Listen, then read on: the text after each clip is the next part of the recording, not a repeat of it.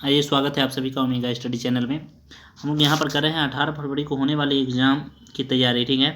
जिसमें आप लोग जानते हैं कि यहाँ पे साइंस का पूरे 80 क्वेश्चन इस बार पूछे जाएंगे, जिसमें से 40 का जवाब देना है, ठीक है। बट यहाँ पे मैं 50 क्वेश्चन लाया हूँ, ठीक है, जिसमें से आप अगर 40 का जवाब दे दे तो बहुत अच्छा है, ठीक है।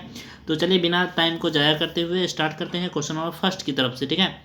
और यहाँ पे फर्स्ट नंबर क्वेश्चन जैसा कि आप देख पा रहे हैं, यहाँ पर है लिखा हुआ कि प्रकाश जो तरंग होती है वो किस प्रकार की तरंग होती है। तो इसका सही आंसर हो जाएगा, आप लोग क्या बता रहे हैं, ऑप्शन नंबर बी हो जाएगा, ठीक है। विद्युत चुंबकीय तरंग होती है, ठीक है। ऑप्शन नंबर यहाँ पे बी बिल्कुल करेक्ट हो जाएगा, ठीक है। नेक्स्ट क्वेश्चन की बात करें, क्वेश्चन नंबर सेकंड की, तो पूछा है बिल्कुल 10 मिनट में हम यहाँ पे पूरे के पूरे 50 प्रश्न करेंगे, ठीक है। तो फटाफट आप लोग ध्यान से यहाँ पर देखते रहिए और समझते रहिए। अगर आपको ज़्यादा स्पीड लग रहा हो तो स्पीड आप कम करके देख सकते हैं। यहाँ पर देखिए, पूछा है प्रकाश एक रूप है किसका, तो ये सही आंसर हो जाएगा ऑप्शन नंबर ए, ऊर्जा का रूप है, ठीक है।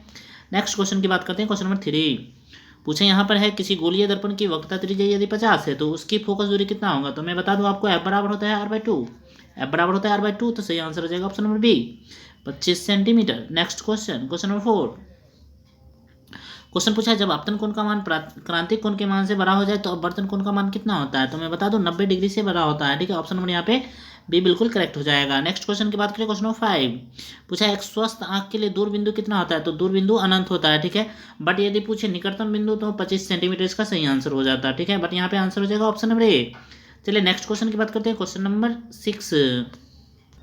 तो ये है क्वेश्चन नंबर 6 और पूछा यहाँ पर है कि आंख पर पड़ने वाला प्रकाश की तीव्रता को इनमें से कौन सा नियंत्रित करता है। तो हम आपको बता दें, आंख में जो प्रकाश घुसता है उसे परितारिका नियंत्रित करती है। जो रेटिना बता रहे हैं उनको हम बता दें, रेटिना पर जो है चित्र बनता है, ठीक है, फोटो बनता है वहाँ पर, ठीक है। ऑप्शन नंबर सी इसका सही आंसर है। नेक्स्ट क्वेश्चन यहाँ पर नेत्र गोलक का व्यास लगभग कितना होता है। तो हम बता दें 2.3 सेंटीमीटर होता है। ऑप्शन नंबर बी सही हो जाएगा।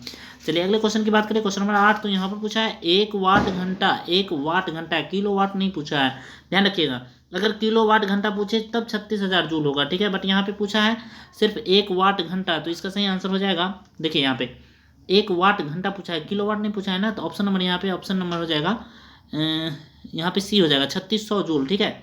नेक्स्ट क्वेश्चन की बात करें, क्वेश्चन नंबर 9। तो पूछा है विद्युत शक्ति का ऐसा मात्रक, बिल्कुल करेक्ट आंसर वाट होगा यहाँ पे, ऑप्शन नंबर डी। चलिए अगले क्वेश्चन की बात करें, क्वेश्चन नंबर 10। मैंने आपको जैसा कि कहा है 10 मिनट में करना है, तो बस अच्छे से आप देखते चलिए। पूछा यहाँ पर घरेलू विद्युत आपूर्ति करने वाला प्रत्यावर्ती धारा की आवृत्ति कितनी होती है। बिल्कुल सही आंसर हो जाएगा 50 हर्ट्ज। और अगर पूछे वोल्ट तो 220 वोल्ट होता है, इसका सही आंसर है, ठीक है। अगले क्वेश्चन की बात किया जाए आपसे, अगर क्वेश्चन नंबर 11 की, तो पूछा यहाँ पर है विद्युत परिपथ में दो बिंदुओं के बीच विभवांतर मापने के लिए वोल्ट मीटर को क्रम में सजाते हैं, ठीक है। तो हम दो बात बताते हैं आपको, समझिएगा। अगर आपसे पूछे कि ए मीटर को तो श्रेणी क्रम, अगर पूछे वोल्ट मीटर को समांतर क्रम, ऑप्शन नंबर बी बिल्कुल करेक्ट होगा। चलिए अगले प्रश्न की बात करें, क्वेश्चन नंबर 12। पूछे यहाँ पर है विद्युत शक्ति का ऐसा मात्रक, बिल्कुल सही आंसर हो जाएगा वाट, ऐसा अभी आप देख चुके हैं। अगर पूछे 1 वाट बराबर, तो 1 जूल बट्टे 1 सेकेंड होता है, 1 जूल बट्टे 1 सेकेंड होता है, ध्यान रखिएगा। चलिए अगले क्वेश्चन की बात करते हैं, क्वेश्चन नंबर 13।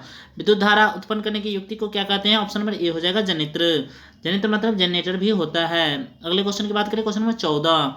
पूछा है लघु पतन के समय परिपथ में विद्युत धारा का मान क्या होता है। सही आंसर हो जाएगा बहुत अधिक बढ़ जाता है, ऑप्शन नंबर सी। अगले क्वेश्चन की बात करें, क्वेश्चन नंबर 15। पूछा यहाँ पर है किसी विद्युत परिपथ में विद्युत धारा की उपस्थिति को सूचित करता है, वो कौन होता है। वो होता है गैल्वेनोमीटर, जिससे अल्पतम धारा का भी माप हो जाता है। अगले क्वेश्चन की बात करें, क्वेश्चन नंबर 16। तो पूछा है सुरक्षा फ्यूज को श्रेणी क्रम में जोड़ा जाता है, किस तार में जोड़ा जाता है। तो हम सही आंसर हो जाएगा ऑप्शन नंबर यहाँ पे बी, गर्म तार में। चलिए अगले क्वेश्चन की बात करें, क्वेश्चन नंबर 17। पूछा पर आधुनिक आवर्त सारणी में आवर्तों की कुल संख्या कितनी है। सही आंसर है ऑप्शन नंबर ए। अगर पूछे वर्ग की संख्या कितनी है, तो सही आंसर हो जाएगा 18। यहाँ पे सही आंसर क्या होगा, यहाँ पे सही आंसर होगा ऑप्शन नंबर ए। अगला क्वेश्चन है 18 नंबर। CO2 एक गैस है, ये अम्लीय गैस है, जैसा कि आप जानते हैं कोको कोला का बोतल जानते हैं आप लोग, तो कोको कोला का जो बोतल होता है उसमें भरा होता है CO2 गैस, ठीक है। नेक्स्ट क्वेश्चन यहाँ पे अम्लीय विलयन का पीएच मान कितना होता है, 7 से कम होता है, 7 से कम, यानी कि ऑप्शन नंबर यहाँ पे क्या हो जाएगा, बी बिल्कुल करेक्ट हो जाएगा। चलिए नेक्स्ट क्वेश्चन, क्वेश्चन नंबर 20 की बात। तो हमारे सामने है यहाँ पर क्वेश्चन नंबर 20 और पूछा यहाँ पर है आवर्त सारणी के प्रत्येक आवर्त में अंतिम सदस्य जो होता है वो होता है अक्रिय गैस, ऑप्शन नंबर डी सही हो जाएगा। आप लोग जानते हैं अंतिम में होता है हीलियम, इसके बाद होता है आपका नियोन, बात समझ में आ रहा है, आर्गन, ठीक है, बात समझ में आ रहा है ना। तो ये सभी क्या है, ये सभी इनर्ट गैस हैं, ठीक है। नेक्स्ट क्वेश्चन की बात करें, क्वेश्चन नंबर 21 तो पूछा है CNG जो संपीड़ित प्राकृतिक गैस होता है इसका प्रमुख घटक क्या है, तो हम बता दें इसका सही आंसर हो जाएगा ऑप्शन नंबर डी, ब्यूटेन। ठीक है, नेक्स्ट क्वेश्चन की बात करें, क्वेश्चन नंबर 22 यहाँ पर पूछा है एथेनॉल कमरे के ताप पर क्या होता है, ये होता है द्रव अवस्था में, ऑप्शन नंबर यहाँ पे बी सही हो जाएगा। चलिए अगले क्वेश्चन की बात करें, क्वेश्चन नंबर 23 पूछा है हीरा एवं ग्रेफाइट किसका अयस्क है, तो आप जानते हैं ये जो है ये अयस्क है कार्बन का, ऑप्शन नंबर यहाँ पे सी सही हो जाएगा। चलिए अगले क्वेश्चन की बात करें 24 तो पूछा है यूपीएससी नेम बताइए। देखिए यहाँ पर कार्बन की संख्या कितना है, दो है, इसका मतलब होगा इथ से शुरू होगा, यानी कि सब में यहाँ पे इथ है, इथ लगा हुआ है, लेकिन OH लगल है यानी कि इथेनॉल हो जाएगा, ऑप्शन नंबर यहाँ पे बी सही हो जाएगा। ठीक है, बात समझ में आ रही है। चलिए अगले क्वेश्चन की बात किया जाए, क्वेश्चन नंबर 25 आपसे तो पूछा यहाँ पर भूपर्पटी पर सबसे अधिक पाया जाने वाले धातु कौन सी है, ऑप्शन नंबर बी हो जाएगा एल्यूमिनियम। अगर पूछे आपसे कि वायुमंडल में, तो वायुमंडल में नाइट्रोजन, ध्यान रखिएगा वायुमंडल में नाइट्रोजन। ठीक है, चलिए नेक्स्ट क्वेश्चन की बात क्वेश्चन नंबर 26 से करते हैं। पूछा है किसी मिट्टी के तेल में किसको मिट्टी के तेल में डुबा कर रखा जाता है।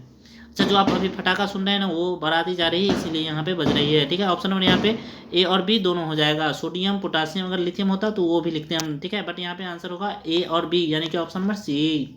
अगले क्वेश्चन नंबर 27 की बात करें तो पूछा है धातुओं की प्रकृति कैसी होती है। हमेशा याद रखिए धातुओं की प्रकृति हमेशा धनात्मक होती है, चूंकि क्या करता है ना ये एक इलेक्ट्रॉन को दान देता है या 2 या 3। ठीक है, जैसे एल्युमिनियम 3+ लिखते हैं। ठीक है, ध्यान रखिएगा। नेक्स्ट क्वेश्चन यहाँ पे 28 पूछा है विरंजक चूर्ण किससे बनता है, तो देखिए विरंजक चूर्ण बनता है CaSO4 आप लोग जानते हैं प्लस Cl2। ठीक है ना, क्लोरीन गैस, यानी कि ऑप्शन नंबर ए और बी दोनों सही हो जाएगा, तो ऑप्शन नंबर यहाँ पे सी सही होगा। ठीक है, आपको रखना वहाँ पे अच्छे से है, पहले क्या कीजिएगा क्वेश्चन में टिक मार लीजिएगा। ठीक है, जो क्वेश्चन हो उसका आंसर टिक मार लीजिएगा, उसके बाद सही से गोला को घेरिएगा। ठीक है, अच्छे से ब्लैक पेन से अच्छे से घेरिएगा उसे। ठीक है, ध्यान रखिएगा इस क्वेश्चन को। नेक्स्ट क्वेश्चन यहाँ पे क्वेश्चन नंबर 29 पूछा है जिप्सम का सूत्र, तो हम बता दें आपको जिप्सम का सूत्र होता है CaSO4 × 2H2O।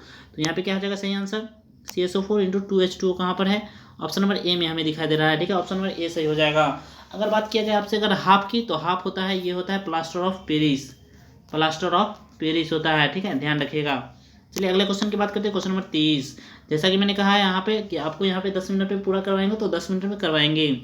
धोबन सोडा, देखिए धोबन सोडा पूछेगा तो आपको ध्यान रखना है कि 10H2O होता है। ठीक है, 5H2O नहीं होता है, 5H2O वाला कैंसिल हो जाएगा, सही आंसर हो जाएगा option number A. Next question यहाँ पे उष्माशोषी अभिक्रिया कौन सी होती है, उष्माशोषी में क्या होता है ना उष्मा को ऑब्जर्व करता है, ऑप्शन नंबर ए यहाँ पे बी सही हो जाएगा। ठीक है, चलिए अगले क्वेश्चन की बात करते हैं, क्वेश्चन नंबर 32 और क्वेश्चन यहाँ पर पूछा है समीकरण Fe2O3Al = Al2O3 + 2Fe कैसी अभिक्रिया है, तो देखिए यहाँ पर क्या किया है कि लोहा को एल्युमिनियम जो है विस्थापित कर दिया है, इसलिए सही आंसर होगा द्विविस्थापन, ऑप्शन सी सही होगा। ठीक है, चांदी आप लोग जानते हैं Ag, और Ag का परमाणु संख्या कितना होता है, वो होता है 78। ठीक है, ऑप्शन नंबर यहाँ पे क्या हो जाएगा सी सही हो जाएगा। अगला क्वेश्चन नंबर यहाँ पे बात करते हैं 34। ओजोन परत के क्षय करने के लिए मुख्य जिम्मेवार कौन है, वो है CFC गैस। ठीक है, क्लोरोफ्लोरो गैस, क्लोरोफ्लोरो कार्बन होता है इसका मतलब। ठीक है, नेक्स्ट क्वेश्चन यहाँ पे 35 नंबर पूछा है पारिस्थितिकी तंत्र में ऊर्जा का प्रवाह होता है, किधर होता है, तो एक ही दिशा में होता है, ऑप्शन नंबर ए सही हो जाएगा। ठीक है, नेक्स्ट क्वेश्चन चलते हैं क्वेश्चन नंबर 36। तो आइए यहाँ पर बायोलॉजी से क्वेश्चन है, क्वेश्चन नंबर 36 में पूछा है मानव प्रजनन के लिए लिंग निर्धारण करने के लिए जिम्मेवार कौन है, तो पुरुष और महिला दोनों होगी तभी लिंग का निर्धारण होगा। ठीक है, भले ही पुरुष के जो XY होता है Y पे निर्धारित करता है वो बच्चे का लिंग। ठीक है, तो यहाँ पे नेक्स्ट क्वेश्चन यहाँ पे 37 देखिए पूछा यहाँ पर है कि 23 जोड़े गुणसूत्रों की संख्या कितनी होती है, तो 22 + 1 होता है। बोला है मनुष्य के 23 जोड़े गुणसूत्र में लिंग गुणसूत्र की संख्या कितना आता है, 22, यहाँ पे सही आंसर हो जाएगा।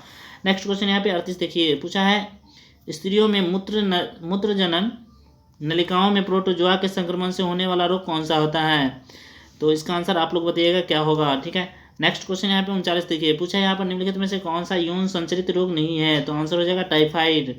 ठीक है, बाद बाकी सभी जो है यौन संचरित रोग है। नेक्स्ट क्वेश्चन यहाँ पे 40 पूछा है इंसुलिन हार्मोन का स्राव किससे होता है, अग्नाशय से होता है, ऑप्शन नंबर यहाँ पे बी सही हो जाएगा। डायबिटीज के लिए यहाँ पे सुई दिया जाता है इंसुलिन का। नेक्स्ट क्वेश्चन यहाँ पे 41 पूछा है फल पकाने वाले हार्मोन किसके बने होते हैं, ये बने होते हैं एथिलीन की, ऑप्शन नंबर यहाँ पे ए सही हो जाएगा। नेक्स्ट क्वेश्चन यहाँ पे क्वेश्चन नंबर 42 पूछा यहाँ पर तंत्रिका तंत्र की उत्पत्ति किस प्राथमिक ऊतक से होती है, तो इसका भी आंसर आप कमेंट बॉक्स में जरूर बताइएगा। ठीक है, नेक्स्ट क्वेश्चन यहाँ पे 43 पूछा है, पुष्प में कौन सा भाग परागकण होता है? ऑप्शन नंबर हो जाएगा सी। नेक्स्ट क्वेश्चन है, परागकोश में क्या होते हैं? परागकण होते हैं, option number C. Next question यहाँ पे, किसी जीव में जीनी संरचना क्या कहलाती है? जीनोटिक्स कहलाती है, ऑप्शन नंबर जीनोटिक्स नहीं, जीनोटाइप, ठीक है, जीनोटाइप यहाँ पे सही आंसर होगा। नेक्स्ट क्वेश्चन यहाँ पे 46 पूछा है, मानव में लिंग गुणसूत्र होता है कौन सा? XY और XX दोनों होता है, ऑप्शन नंबर सी सही हो जाएगा यहाँ पे। नेक्स्ट क्वेश्चन यहाँ पे 47 पूछा है, लिंग गुणसूत्र का पूर्ण जोड़ा पाया जाता है किसमें? स्त्री में पाया जाता है XX के रूप में, पुरुष में पाया जाता है XY के रूप में, ठीक है। नेक्स्ट क्वेश्चन यहाँ पे 48 पूछा यहाँ पर है, मानव शरीर में किसी सामान्य कोशिका में गुणसूत्रों की संख्या कितने युग्म की होती है? 23 जोड़ा होती है, ऑप्शन नंबर सी सही हो जाएगा। अगला क्वेश्चन 49 है, ऊर्जा का गैर पारंपरिक स्रोत क्या है? तो गैर पारंपरिक की बात करें तो ऑप्शन नंबर यहाँ पे हो जाएगा सी, पवन ऊर्जा। और लास्ट क्वेश्चन यहाँ पे, दो तंत्रिका तंत्र के मध्य खाली स्थान को सिनेप्स कहते हैं, ऑप्शन नंबर बी सही हो जाएगा।